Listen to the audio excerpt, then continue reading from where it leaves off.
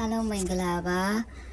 အခုပြောပြမယ့်အကြောင်းအရာလေးကတော့ဂလောက်အကြောင်းပဲဖြစ်ပါတယ်ဂလောက်တွေဟာဆိုရင်တဲ့ကနေရတွေမှာအဓိကနေထိုင်ကျစားတဲ့နှုတ်တိုက်တဝါတစ်မျိုးဖြစ်ပါတယ်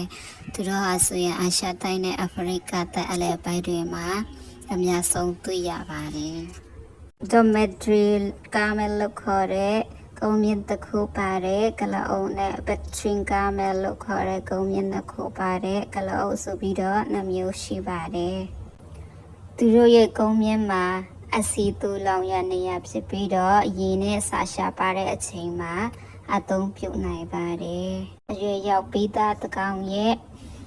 အလေးချိန်ကတော့300ကနေ1000ကီလိုဂရမ်ထိရှိပြီးတော့အရက်အမြင့်ကြတော့1.8 မီတာခန့်ရှိပါတယ်သူတို့ရဲ့တက်တန်းကတော့နှစ်40ကနေနှစ်50ထိလို့အမှန်ထားပါတယ်သူတို့ဟာဆိုရင်တစ်ချိန်တည်းမှာပဲရေအများဆုံးတောက်နိုင်ပြီးတော့